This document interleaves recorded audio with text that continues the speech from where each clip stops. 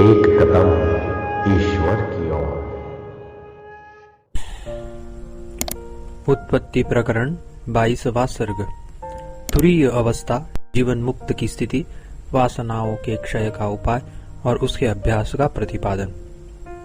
श्री देवी जी ने कहा, भद्रे, यद्यपि स्वप्नावस्था में स्वप्न के शरीर का अनुभव होता है, तथापि यह स्वप्न है, इस परिज्ञान से जैसे स्वप्न देह वास्तविक नहीं रहती, मिथ्या ठहरती है, वैसे ही यद्यपि इस स्थूल देह का पहले अनुभव होता है, तथापि वासनाओं का क्षय होने से यह स्थूल देह बाधित हो जाता है।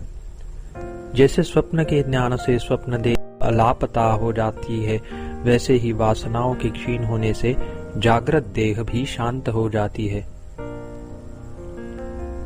जैसे स्वप्न में प्रतीयमान स्वप्न देह का और मनोरथ द्वारा कल्पित कल्पनामय देह का विनाश होने पर इस देह का यानी जागृत देह का भान होता है, वैसे ही जागृत भावना का समूल उच्छेद हो जाने पर आतिवाहिक देह का उदय होता है।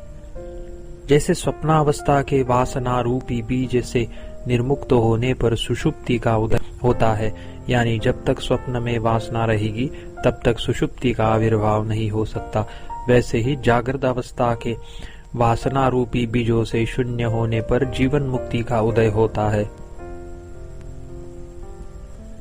जीवन मुक्त पुरुषों की जो वासना है वह वासना नहीं है, किंतु संपूर्ण शुद्ध वासनाओं के बाद में अवधिभूत अधिष्ठान सत्व का ही शुद्ध वासना यह नाम है। जैसे कि जला हुआ कपड़ा यह भस्म का ही नाम है, वह संपूर्ण वासनाओं में अनुगत यानी अनुस्यूत सामान्य सत्ता ही शुद्ध वासना रूप से कही जाती है, यह भाव है। जिस निद्रा में वासनाओं का उद्भव न हो या तिरोभाव हो जाए उसका नाम सुषुप्ति है।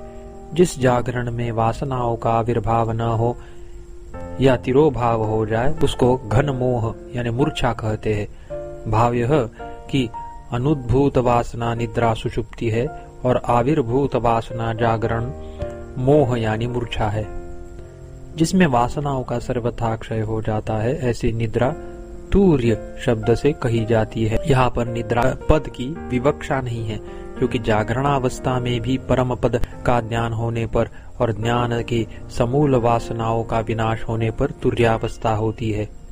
जीवित पुरुषों की वह जीवावस्था जिसमें की वासनाओं का सर्वथा अभाव रहता है, जीवन मुक्ति कहलाती है। उसे अमुक्त पुरुष नहीं जान पाते हैं। जैसे सूर्य के ताप से बर्फ जल रूप में परिणत होता है, वैसे ही शुद्ध वासनाओं के अवधि अधिष्ठान भूत सत्व में संलग्न यानी समाधि के अभ्यास से चिरकाल तक उसमें स्थित तथा क्षीण वासना वाला मन अतिवाहिकता को यानी सूक्ष्मता को प्राप्त होता है। अतिवाहिकता को प्राप्त व्युत्थान काल में और व्यवहार काल में भी आत्मज्ञान संपन्न मन अनान्य सृष्टियों के और अनान्य जन्मों के चित्तों से और देव आदि के योग्य शरीरों से एक रूप में मिल जाता है। जो मन आतिवाहकता को प्राप्त नहीं है और सदा ज्ञान संपन्न नहीं है, वह उनसे नहीं मिलता। खूब अभ्यास करने से जब तुम्हारा यह अहम भाव शांत हो जाएगा, तब तुम्हारी स्वाभाविक चिद्रूपता, जो कि दृश्य प्रपंच की चरम अवधिभूत है, उदित हो जाएगी। जब तुम्हारा आतिवाहिकता ज्ञान सर्वदा के लिए स्थायी हो जाएगा, तब तुम संकल्प से अदूषित अतएव पवित्र लोगों को देखोगे। भद्रे, इसलिए तुम वासनाओं का जैसे क्षय हो वैसा प्रयत्न करो। जब तुम्हारा वासना क्षय चरम सीमा को प्राप्त हो जाएगा, तब तुम जीवन मुक्त हो जाओगी। जब तक तुम्हारा यह अति शीतल शांतिप्रद बोध रूपी चंद्रमा पूर्ण नहीं होता, तब तक तुम इस देह को रखकर अनान्य लोगों को देखो। व्यवहारों में अथवा गमन आदि कर्मों में मांस निर्मित देह से ही संयोग को प्राप्त हो सकती है।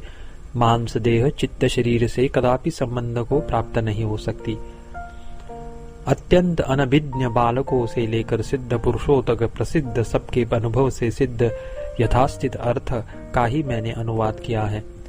वर और शाप की नाई किसी अपूर्व अर्थ का जबरदस्ती प्रतिवादन नहीं किया है। ज्ञान के प्रचुर अभ्यास से सांसारिक वासनाओं का विनाश होने पर यही स्थूल देह चित्त शरीर यानी आतिवाहिक शरीर हो जाती है, इसमें कुछ भी संदेह नहीं है।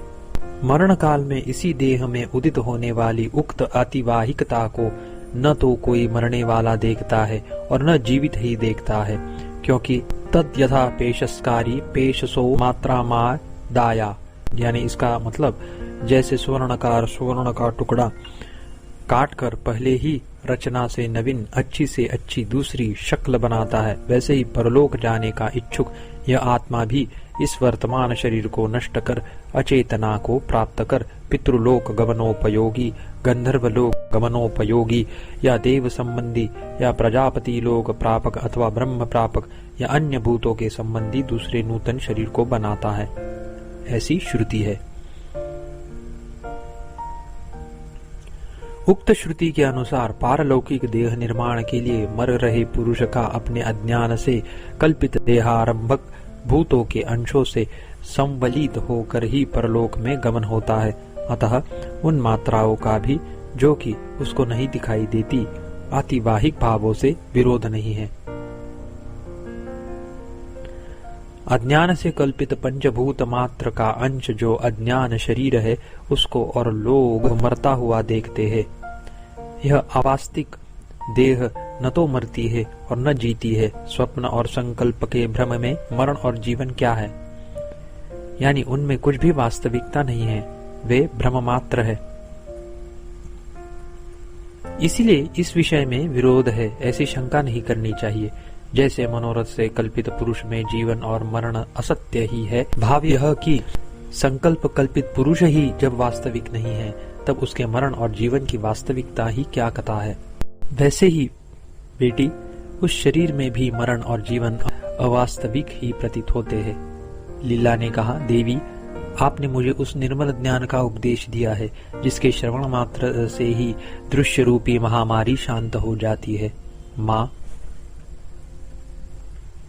इस विषय में मेरे ऊपर अनुग्रह कीजिए। कृपया यह बतलाइए कि वह अभ्यास कौन है, उसका क्या स्वरूप है और कैसा है, यानी उसका क्या लक्षण है तथा किस प्रकार पुष्ट होता है और उसके पुष्ट होने पर क्या होता है। श्री देवी जी ने कहा, वत्से, जो भी प्राणी जब जब भी किसी कार्य को करता है, अभ्यास के बिना कभी सिद्ध नहीं होता। भाव यह कि अभ्यास की प्रत्येक कर्म में आवश्यकता है। असंदिग्ध रूप से अपनी बुद्धि में जमाने के लिए उसका चिंतन करना, अन्य ज्ञाता पुरुष की बुद्धि से संवाद करने के लिए उसकी चर्चा करना, परस्पर अज्ञात अंश के ज्ञान के लिए आपस में उसका उपदेश देना, सदा उसी में मनोयोग देना, इसे विद्वान लोग ज्ञान का अभ्यास कहते हैं। जो विरक्त महात्मा पुरुष मुक्ति के लिए अपने अंतःकरण में यत्न पूर्वक विषय वासनाओं के क्षय की भावना करते हैं, वे पृथ्वी में सर्वश्रेष्ठ है और उन्हीं का जन्म सफल है। उदारता रूपी सुंदरता से एवं वैराग्य रस से उत्पन्न संपन्न, अतएव सदा आनंद की वृष्टि करने वाली बुद्धि जिन पुरुषों में उत्पन्न हुई है, वे सर्वश्रेष्ठ अभ्यासी है। जो लोग युक्ति से यानी प्रमाण तत्व के निर्धारण से अनुकूल तथा प्रमेय तत्व के निर्धारण के अनुकूल युक्ति से और अध्यात्म तत्व का प्रतिपादन करने वाले शास्त्रों से ज्ञाता और ज्ञेय वस्तु के अत्यंत अभाव की प्राप्ति में यानी बाद में यत्न करते हैं, वे ब्रह्माभ्यासी है। यह जगत है, यह मैं हूँ इत्याकारक दृश्य सृष्टि आदि में उत्पन्न ही नहीं हुई, अतः वह सदा है ही नहीं, यह ज्ञानाभ्यास कहा गया है।